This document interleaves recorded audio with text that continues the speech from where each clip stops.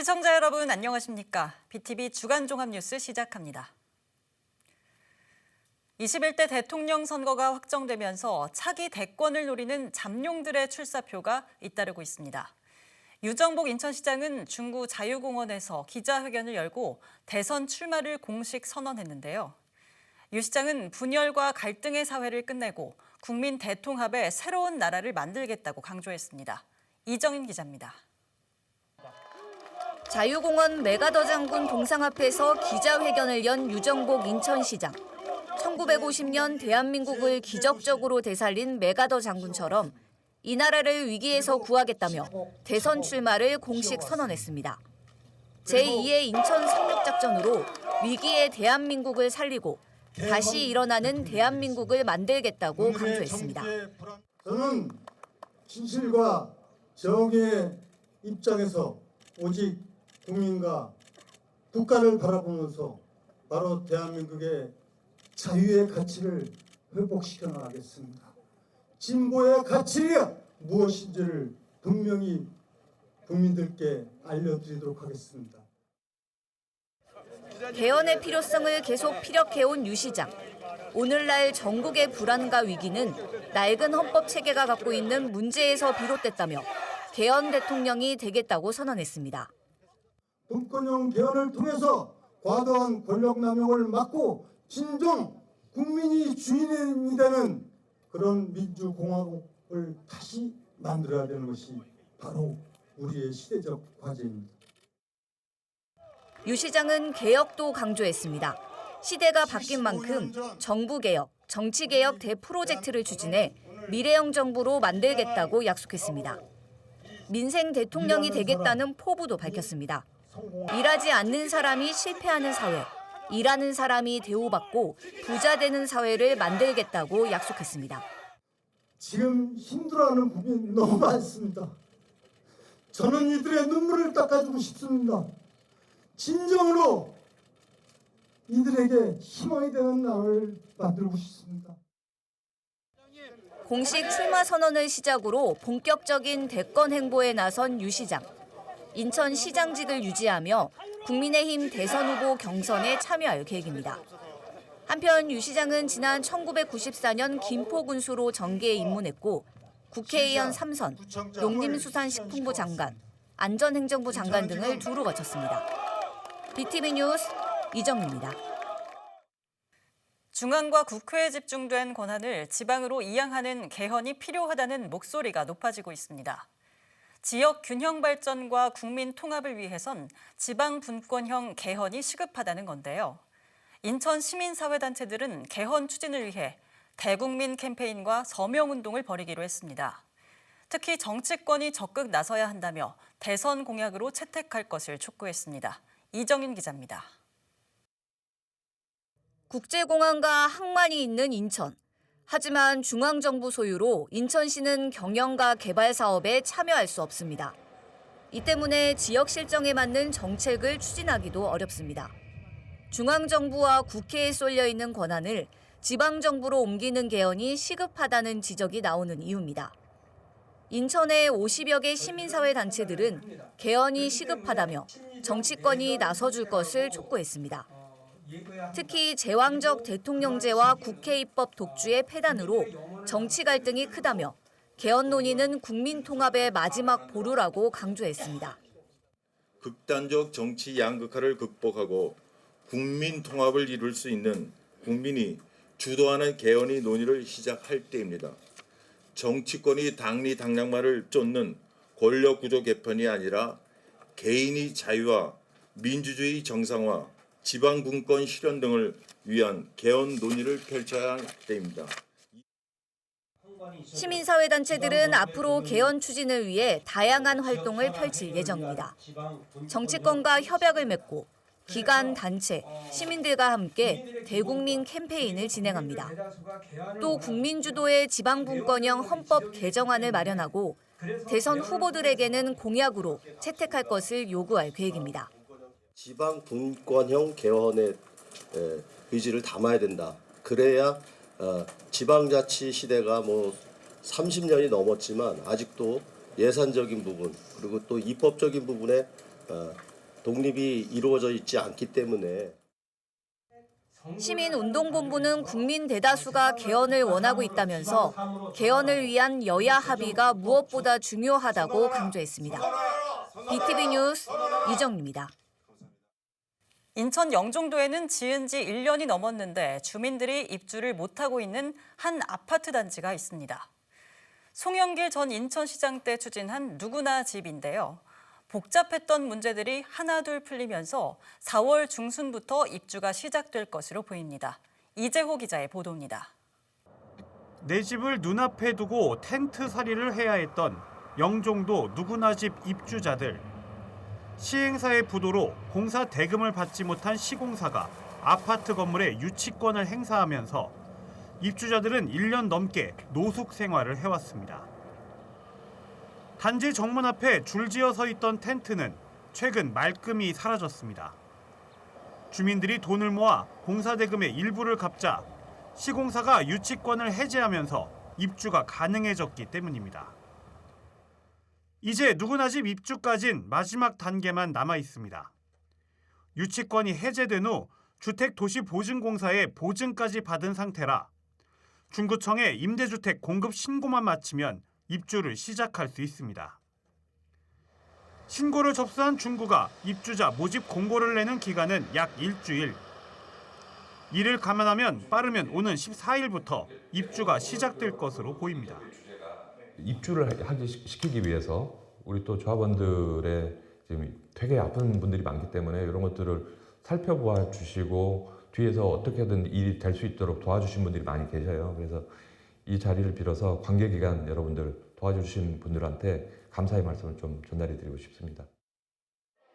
누구나 집은 송영길 전 인천시장의 주택 정책으로 분양가의 10%만 내고 입주할 수 있는 민간 임대주택입니다. 월세를 내고 살다가 10년 후에 매입할 수 있는 기회를 받을 수 있어 당시엔 혁신적인 정책으로 큰 관심을 받았습니다. BTV 뉴스 이재호입니다.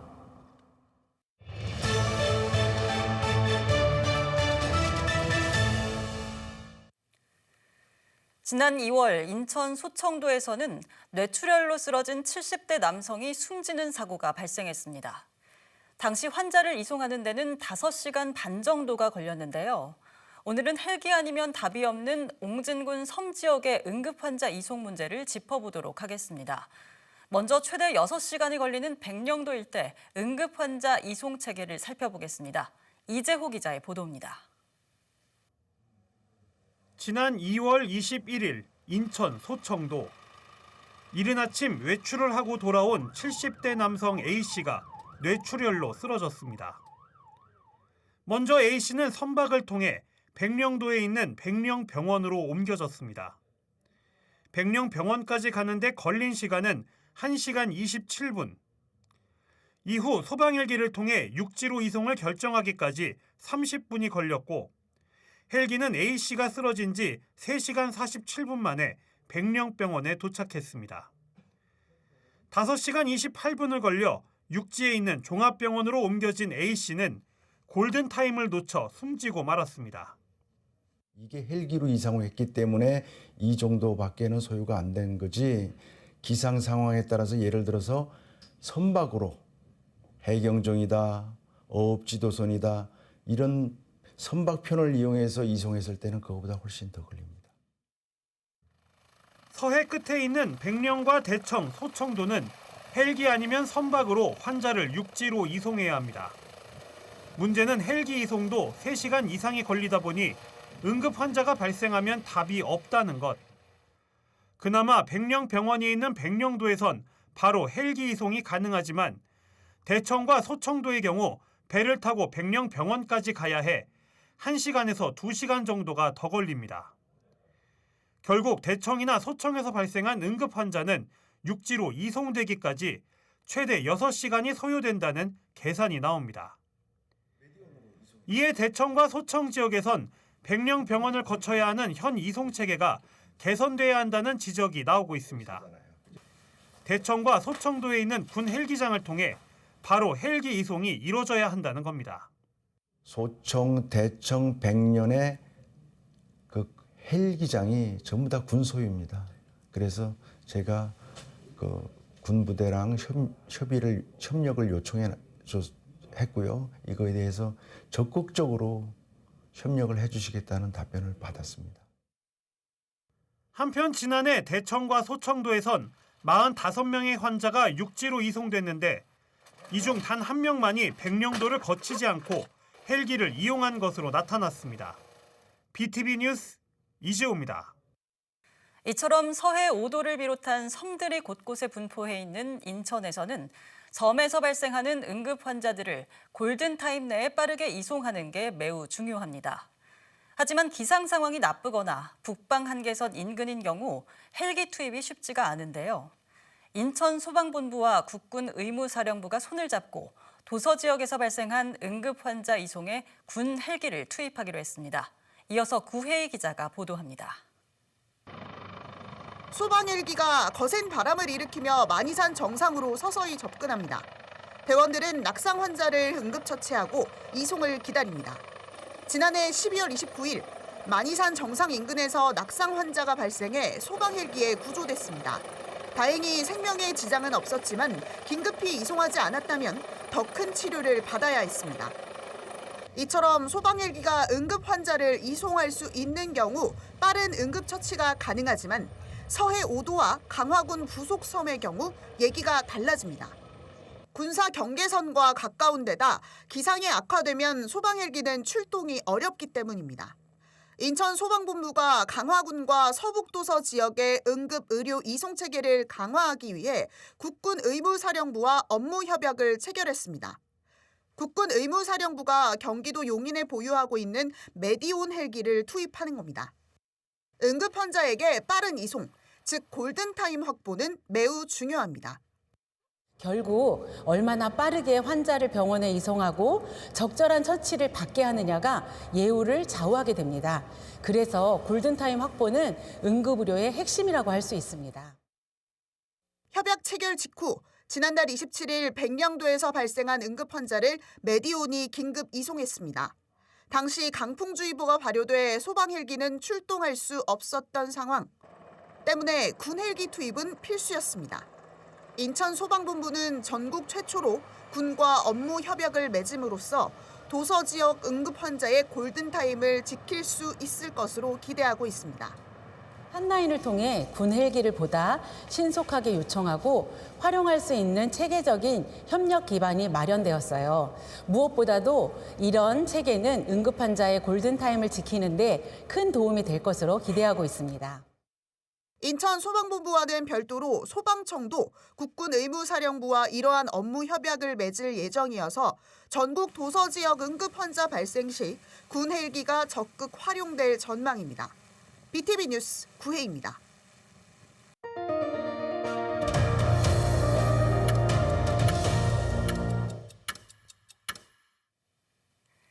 오는 6월 영종 하늘도시에는 복합문화센터가 문을 열 예정입니다. 하루 평균 500명 정도가 이용할 것으로 기대를 모으고 있는데요.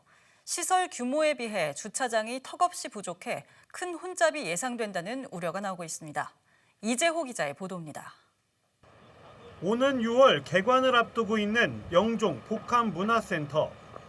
지하 1층, 지상 4층 규모로 복지관과 도서관, 국민체육센터 등 5개 시설이 들어설 예정입니다. 하늘도시 중심에 있는 데다 여러 기관이 모여 있다 보니 상주 인력은 100여 명, 하루 평균 500명 정도가 이용할 것으로 예상되고 있습니다. 문제는 부족한 주차 공간입니다. 영종 복합문화센터의 주차 면수는 110여 개.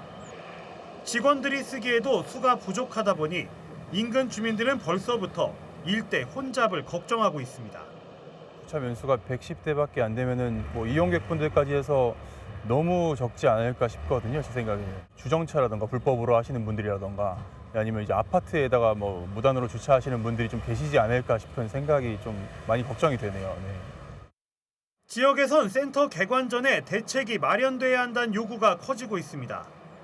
이용객이 몰리면 극심한 혼잡이 예상되는 만큼 중구가 대책 수립을 서둘러야 한다는 겁니다. 주차 대수가 114대로 지금 현재 상황은 그렇습니다. 그런데 여기 상주하는 인력은 120명에 달합니다. 그리고 하루 평균 이용객을 생각해 봤을 때 500명 이상이 되는데 지금 그러한 민원들도 많이 들어오고 있는 상황이라 우리 구에서 앞으로 어떠한 준비를 해야 되는지에 대해서 좀 적극적인 검토가 필요할 것 같습니다. 중구도 주차장 확충에 대해 고심하고 있습니다. 일단은 주차장과 연결되는 녹지에 주차장 80면 정도를 더 조성할 계획입니다. 저기를 확장을 해서 지금 여기가 113대 정도 되는데 한 79면 정도를 더 늘려서 180대 이상 정도를 확보를 일단 먼저 하려고 하고 그래도 지금 이제 부족하다는 판단이어서 하지만 중구는 주차면 수가 80개 정도 늘어나도 주차 문제를 해결하기엔 역부족일 것으로 보고 있습니다. 센터를 경유하는 버스 노선도 많지 않아 불법 주정차 등으로 인한 혼잡이 한동안 불가피할 것으로 예상됩니다. BTV 뉴스 이재우입니다. 교육부가 지역 산업 현장에 필요한 맞춤형 인재를 키우기 위해 운영하는 협약형 특성화고가 주목받고 있습니다. 인천시 교육청은 지난해 반도체와 항공 분야에서 협약형 특성화고 유치에 성공한 데 이어 올해는 물류와 바이오 분야 지정 공모에 참여합니다. 김지영 기자가 보도합니다. 지난해 개교한 인천 반도체 고등학교. 실제 반도체 공정을 실습할 수 있는 첨단 교육시설을 갖췄습니다. 학생들은 이곳에서 미래 반도체 전문 인력이 되기 위한 체계적인 훈련을 받고 있습니다. 다양한 실습실과 휴게 장소를 통해서 학생들의 학업 능력 향상에 큰 도움이 되지 않을까 싶습니다. 교육부는 지난해 전국 10개 학교를 협약형 특성화고로 지정했습니다. 협약형 특성화고등학교는 지역 산업에 필요한 인재를 키우기 위해 산업체와 연계한 맞춤형 교육을 제공하는 학교입니다. 인천에선 반도체 분야의 인천 반도체고와 항공 분야의 정석 항공과학고 등 두 곳이 지정됐습니다. 두 개 학교가 동시에 선정된 곳은 전국에서 인천이 유일합니다.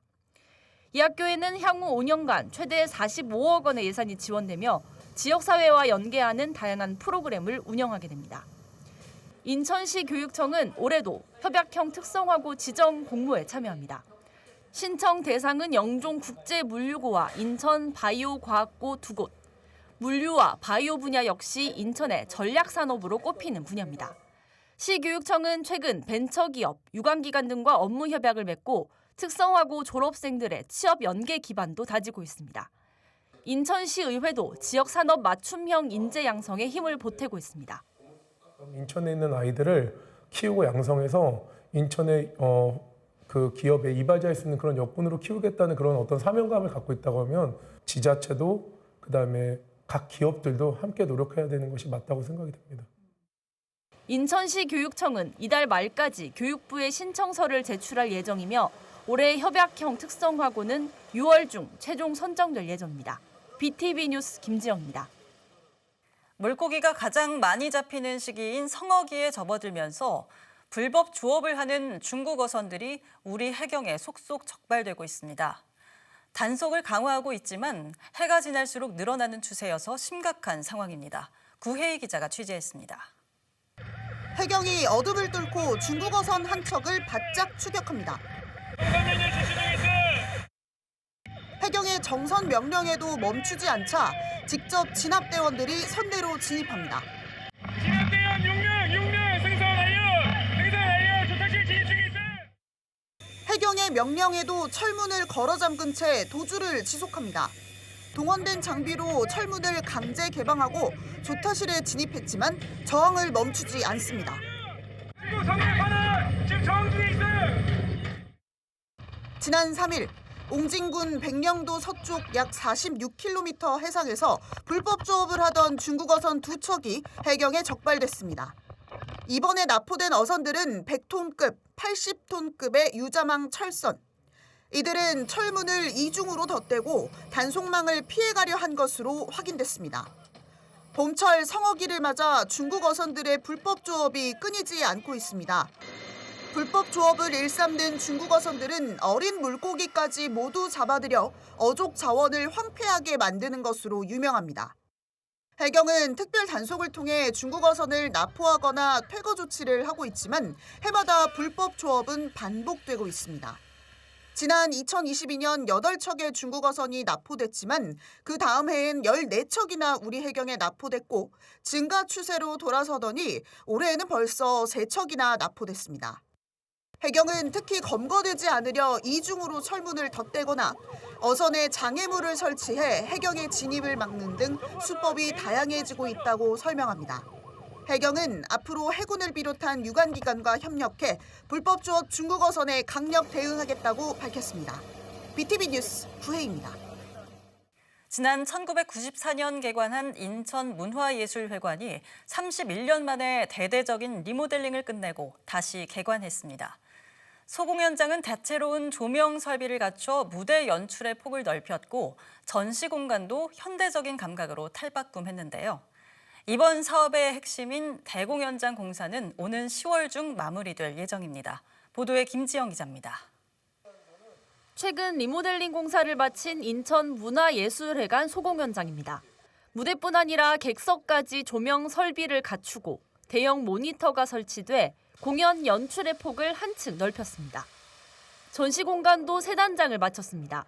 로비엔 곡선형 디자인 조명이 설치돼 공간에 생동감을 더했고 전시실 내부는 간결한 구조로 탈바꿈했습니다. 우선 전시실이 가장 큰 변신을 하게 되었습니다. 내부는 간결하게 구성되어 있어 작품을 관람하기에 아주 최적의 환경이 조성되도록 하였습니다.